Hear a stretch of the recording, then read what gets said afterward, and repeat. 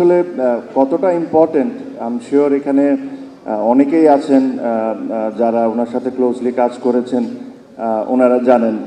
But আমি যে কোনো কিছু বলার আগে আমি কিছুদিন আগে একটা ভিডিও দিয়েছিলাম, ওনার বিষয়ে একটা কথা বলেছিলাম যে আমি এক্সট্রিমলি সরি যে ওনার বিষয়ে আমরা এত বছর উনি এত অবদান রাখার পরও আমরা কোনো কিছু বলতে পারি নাই, অ্যাটলিস্ট আমি তো বলতে পারি নাই। এটাই আমার ভিডিওতে মেসেজ ছিল। তো হয়তোবা আজকে এই সময় আজকে অনেকে অনেক কথা বলবেন। আমি সবসময় ওনাকে এভাবে করে দেখতাম, যিনি একজন ভিশনারি ছিলেন।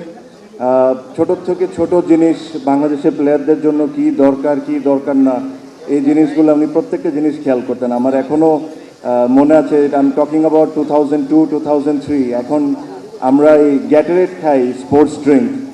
উনি ওই সময়ে ওই জিনিস নিয়ে চিন্তা করতেন, ওই জিনিসটা কিভাবে বাংলাদেশে আনবেন, প্লেয়াররা আমরা কিভাবে খাবো না খাবো, এইসব নিয়ে ওনার সবসময় চিন্তাধারা ছিলেন।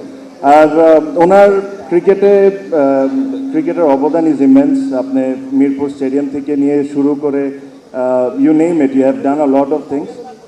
But it is very unfortunate যে এত বছর উনি যে জিনিসটা ডিজার্ভ করতেন, যে অ্যাপ্রিসিয়েশন ডিজার্ভ করতেন, এই অ্যাপ্রিসিয়েশন আমরা কেউ দিতে পারিনি। That is very unfortunate. Secondly, আমার এখনও মনে আছে, আমি আমাদের মরহুম বেগম খালেদা জিয়ার কাছে গিয়েছিলাম আমার বিয়ের ইনভিটেশন নিয়ে। তো অনেক কথার মধ্যে একটা কথা এসেছিল, কোকো ভাইয়ারকে নিয়ে কথা হচ্ছিল। তো তখন উনি আমাকে খুবই ইমোশনাল হয়ে একটা কথা বললেন যে দেখো তো, আমি ওর বিষয়ে এসব কথা কেউ বলে না। আমি ওনাকে ওই দিন অ্যাকচুয়ালি বলেছিলাম যে না, আমি বলবো, but unfortunately I also failed. আমারও এত বছরে ওনাকে নিয়ে পাবলিকলি যেভাবে করে অ্যাপ্রিসিয়েট করা উচিত ছিল, ওটা আমি করতে পারিনি। ওটার জন্য আমি ক্ষমাপ্রার্থী ওনার ফ্যামিলির কাছে।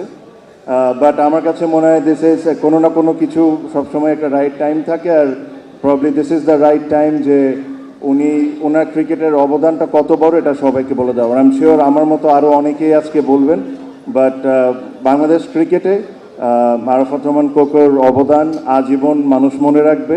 যতদিন বাংলাদেশ ক্রিকেট থাকবে, আরাফাত রহমান কোকোর কথা সবাই মনে থাকবে। Thank you very much.